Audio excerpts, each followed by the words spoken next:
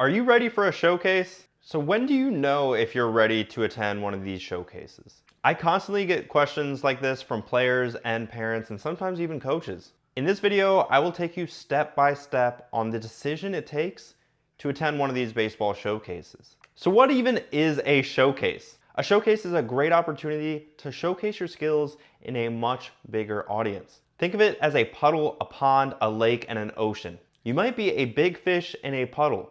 You might be a big fish in a pond. You get the picture. These showcases are really a good opportunity to showcase your skills in front of college scouts and sometimes even pro scouts as well. The purpose of these showcases is for your name to get out there and potentially for you to be on these college recruiters' radars. So you might ask, Evan, what showcases did I do? So I only did a few showcases every once in a while, and most of them were either Perfect Game, maybe some Baseball Factory, but for the most part, I attended showcases really around my junior year of high school. One or two, maybe my freshman or sophomore year, but majority of them were camps, and I will get into that later on in this episode. It's also really important to understand what these showcases can do for you. It can help get your name out there. It can start, networking opportunities with these college coaches or maybe even pro scouts. Ultimately, it's a great opportunity for you to get your name out there. It's also a great opportunity to showcase what you've got in front of these college coaches. Hopefully, you could be playing at their program one day. So I think it's really important to understand what the different types of showcases are. So here I'm going to be telling you on exactly what these showcases are. So we've got like big showcases. Think, the PBRs, the baseball factories, the perfect games. Obviously, those are massive showcases for really high-end college coaches and also some pro scouts, maybe scouting directors, or maybe even cross-checkers will be attending those showcases. Next, we have these bigger travel ball tournaments, and these travel ball tournaments are going to be like Perfect Game or maybe Prospect Wire. There's probably some other ones out there, but back in my day, those were two that were fairly big names. We also have some of these smaller recruitment style camps for these college camps. Think of this as a spotlight to these high school players that the college coaches really want to see. Maybe get a couple more reps one-on-one. Not necessarily one-on-one, it's going to be more of a camp feel. And then we're going to have, these more college fun camps, right? These college fun camps are still going to be, maybe labeled as a showcase, but these are going to be for your middle school kids and really just anyone that's excited to play on that specific field or maybe in that stadium. This, for those that don't know, we have assistant coaches in college baseball. We obviously have the head coach, assistant coaches, but we also have volunteer coaches. A lot of times these volunteer coaches will be the ones that are actually organizing these college camps for the younger kids. It's a way to help them get paid. So it's important to understand you don't want to be going to these fun camps where, the whole idea is to have fun. If you're a high school baseball player and you take the game serious, make sure you're attending the camp that is actually like a spotlight camp. That way you're going to have your best shot of meeting the right coaches, interacting with them, and seeing if you actually like the campus and the feel of that college baseball program. So when should you attend these showcases or camps throughout your high school baseball career? And don't worry, I will cover that all right now. But before I do that, it's important to understand where you're at in your baseball journey. So obviously we have some freshmen going into sophomore year, we have some sophomores going into junior year, we have some juniors going into senior year, and then we have some seniors where, to be quite honest with you guys, time is running out. So it's really important to understand freshmen, sophomore, junior, and seniors, we're all going to be in different time zones, literally, where we should be focusing on certain things. So let's start things off with your freshman year. So freshman year, this is your age when you're maybe, let's say, 14 or 15 years old. Everyone's different, but let's just generalize it. If you are currently a freshman in high school or it's your freshman summer right after your freshman year, this is when it's really important to just go to tournaments. Play the game, understand what you bring to the table, understand your skill set, understand what you're good at. There's so much learning to be done during these developmental years during our high school baseball career. So freshman year, especially the summer after our freshman year, play baseball. And I know a lot of people are going to be out there saying like, oh, Evan, why are you telling these kids just to play baseball? Well, this is a really important time to just do that. Understand your bodies. Your bodies are going to be physically maturing. Your play style is going to be changing almost every other weekend. So understand what kind of baseball player you are. So your number one goal, especially the summer after your freshman year when you're going into your sophomore year, it's important to understand what kind of baseball player you are. To be able to self-assess is number one rule that I really ask all of my students inside my academy to do, because just like Jimmy V says, you have to understand not only where you came from, but where you're currently at, and also where you're trying to go. So if you don't know where you're currently at, you're gonna have a tough time developing and growing in this game. So freshman year, especially after your freshman year, play ball. But now we are a sophomore in high school. So what are we doing our sophomore year of high school, especially in the summer after our sophomore year of high school? So this is what a lot of people probably won't tell you, and it's the biggest cheat code. You've already played a ton of baseball your freshman year. You don't need to necessarily play even more your sophomore year. This is when you take your development in the gym as serious as possible, and you're consistent to building muscle and athletic movements. That way you can be explosive out there on the ball field. So your sophomore year, this is when you need to focus more on the developmental side rather than playing in a bunch of perfect game tournaments throughout the summer. If you do this, I guarantee you're gonna have an increased spike of development. You're gonna be playing the game a lot better. You're gonna be throwing the ball a lot harder, hitting the ball a lot farther. You're gonna be overall a stronger, a faster, and just a better baseball player. And who doesn't want that? So now we know what we want to do our sophomore year. And once we transition out of our sophomore year and we're in our junior year, well, guess what? Now the NCAA allows not only us to contact these college coaches, but these college coaches to also contact us. This is something that I teach a lot inside my academy with my students. So if you are interested in learning directly with me, make sure to click the link down below in the description. If you're listening to this on podcast, just head over to Mendozabaseballacademy.com to learn more. So our junior year, this is when you begin going to these showcases.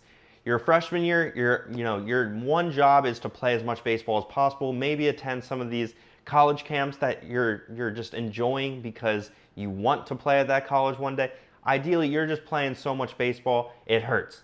Now your sophomore year, you're going to be developing in the gym, getting bigger, stronger, and faster. That way our junior year, when we are ready to email these college coaches, we're ready to go. We have clips of our game. We understand our metrics. We understand what kind of baseball player. We understand what we bring to the table.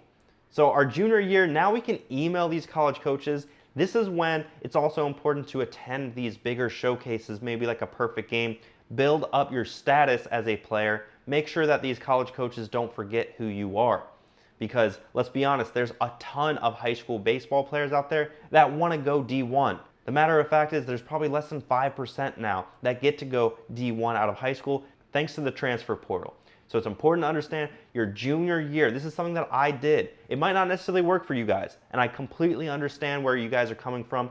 Maybe it's financial reasons, maybe it's this, maybe it's that, maybe it's travel. It is a sacrifice at the end of the day, guys. If you want to play at that next level, you have to sacrifice something.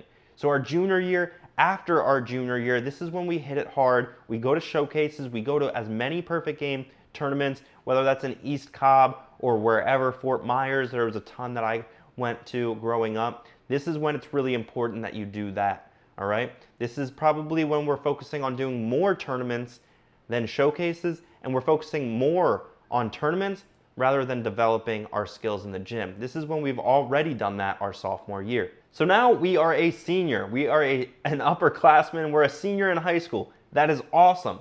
But if you're not committed by your senior year, this is go time. How long are we supposed to go? Until the job is done. So you're a senior in high school, you're uncommitted. This is when you do everything necessary to get your foot in the door. Maybe it's emailing college coaches every single day until you get responses or something you get back.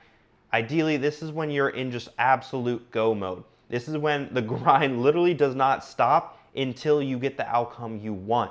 And ideally, this is looking like going to showcases, going to tournaments, going to college spotlight camps, even though you're a little bit older, just so you can get your foot in the door. That is the only thing that matters your senior year, is to make sure you're progressing, making sure that these college coaches never forget who you are, and just show them how bad you want it. All right, so now this is the next thing that we have to discuss. Are you ready to go to one of these showcases, right? If you're ready to go to one of these showcases, how do you know, right? There's a lot of questions up in the air. Do you go in your freshman year? Not really. Do you go in your junior year? Definitely, because that's when you're physically developed, right? So let's talk about when you are ready to compete with the best, ideally. You want to make sure that you're competing with the best and you're not going to be below the average, right? So if we're right here, this is the average, we don't want to be under it. We want to be maybe here or above. We don't want to ever go to a tournament or a showcase that we're underdeveloped for. Because ideally, this is a time where college coaches will see that, and then they're not going to necessarily want that type of player. So you have to ask yourself, am I ready to compete with the best of the best? Are my metrics up to par? Or is there a certain part of my game that I know I need to work on? So let's work on that before we go to this showcase and tell the world that I have a really, really slow 60, which is from personal experience. I had a really slow 60, but I worked on it. I understood this was something that I really needed to improve for these college coaches and pro scouts to actually take me seriously. So is your skill up to par? Will you be average? Are you going to be bottom of the pack? Be honest with yourself. Look at yourself in the mirror. Self-assess where you're currently at. All right? And after we do that, make sure we understand our physical development, but also our mental development is equally as important. If you know you're someone that doesn't perform under pressure or gets nervous at these showcases or camps where the spotlight is on you, work on that. You have to prepare like you're going to be playing in the game or at a showcase. So I'll hit on that in a second, but it's really important just to make sure you are doing everything, physical and mental, to be in your best opportunity for success. The mental side, like if you know you can't perform, don't go to a showcase when you know you're not going to perform well. If you know the nerves are going to stack up against you, don't go to it. Work on that until you feel that confidence pouring out of you, and then go to one of those showcases, all right? And come back when you're ready, all right? The next thing I want to definitely hit on is the balance of going to these showcases, the travel ball circuit, all of this throughout your high school baseball journey. This is ideally the blueprint that you guys should be following. I hope that you love this content first and foremost, and if you do love this content, make sure to shoot me a follow on social media, write a review on my podcast, whatever you want to do. It means the absolute world. So understanding when you do have to balance things out. Guys, everything's a sacrifice. I will tell it to you now. I will tell it to you later. Everything is a sacrifice, and the more that we're willing to sacrifice, the more we're going to get as an outcome. So if we want the results, but we're not willing to put the input in, right, to get those results, it's not going to happen. So it is a sacrifice going to these showcases financially, time, energy, effort. It is all a sacrifice. Do you want it that bad? That's what I tell all my students. You have that opportunity to ask yourself, do I really want it this bad? Do I really want it that bad? And that goes to the parents, the coaches, the player, right? Financially, yeah, it's a huge sacrifice. My parents were not very well off. My family was not very well off. And guess what? We made it work because we prioritized and we valued baseball. And I know that there was a ton of families that had a lot more money than our family, and they didn't do the sacrifices that, to be quite honest with you, that we made. We valued baseball, and as the outcome of us sacrificing, it seemed like the absolute world during my childhood. That sacrifice led to me getting a D1 scholarship and then getting drafted by the Cardinals and playing with the Padres as well, and had a 7-year pro baseball career. That's pretty cool, all right? But it's cool because I was able to make the sacrifice. Looking back, my family was able to make the sacrifice financially. Like I said, I made that sacrifice with my time and effort. It is a sacrifice, guys. So make sure when you are going to these showcases, these camps, make sure you understand it is a balancing act of your time commitment, your time management. If you're doing any showcases on weekends during the school year, make sure that you're not lacking in your school or your academics. I'm a huge advocate for making sure you're getting it done in the classroom. You never want to be the guy that doesn't land a college commitment because of his academics. So when we are strategizing next up on which showcase to go to, let's talk about it, right? So these are some factors to consider: the location of the showcase, the reputation of the showcase, and then also the competition level of that individual showcase. So the location, I say don't drive 25 hours for a showcase or a college camp like my family did, all right? I just talked to you guys about the sacrifice that my family made, and it's honest. It was a huge sacrifice. But my family drove 25 hours from Sarasota, Florida to Houston, Texas, which is Rice University, the team that I was playing NCAA 7 with my brother with. And for whatever reason, I fell in love with Rice University. It was just, I thought it was a funny name, to be honest with you. So I always played with Rice. I didn't realize that they had a very historic and traditional program as far as their baseball program, as far as their excellence, attending College World Series, Coach Graham. I started loving the program, so my family made a sacrifice and drove 25 hours to a college camp. This was one of those spotlight camps for, high schoolers that were above average. This was definitely not a fun camp. It was fun, but it wasn't one of those like just for fun, if you know what I mean. So as far as the reputation for these showcases, it's important to understand some showcases aren't as good as others, and some are absolute money suckers, and then some are actually well worth it and well worth the opportunity. To a parent or a coach or a player that's never been through this college recruitment process before, it's very hard and it's very challenging to understand which ones are worth it, right? So in my experience, I unfortunately went off. Guys. I performed so well at this one tournament. It was in Greensboro, North Carolina, at the Greensboro Grasshopper Stadium. And I'll never forget, I attended this college showcase camp. It was supposed to be a serious showcase camp for these college coaches to attend. There's 30 plus schools that were supposed to be in attendance, and a couple of them were my dream schools. So it was a no-brainer. My family and I decided, let's drive to North Carolina, let's go to Greensboro, and let's do this showcase because this could be a great opportunity for Evan to get a commitment. I went off, pitched extremely well, hit a couple of extra base hits, and I was feeling myself in that inner squad that we did. And I was just bummed. I was bummed when I knew I went off. I went 3 for 4 or 4 for 4 in that specific game. I pitched really well, and I was bummed because there was only 3 college coaches there, unlike the promised 30.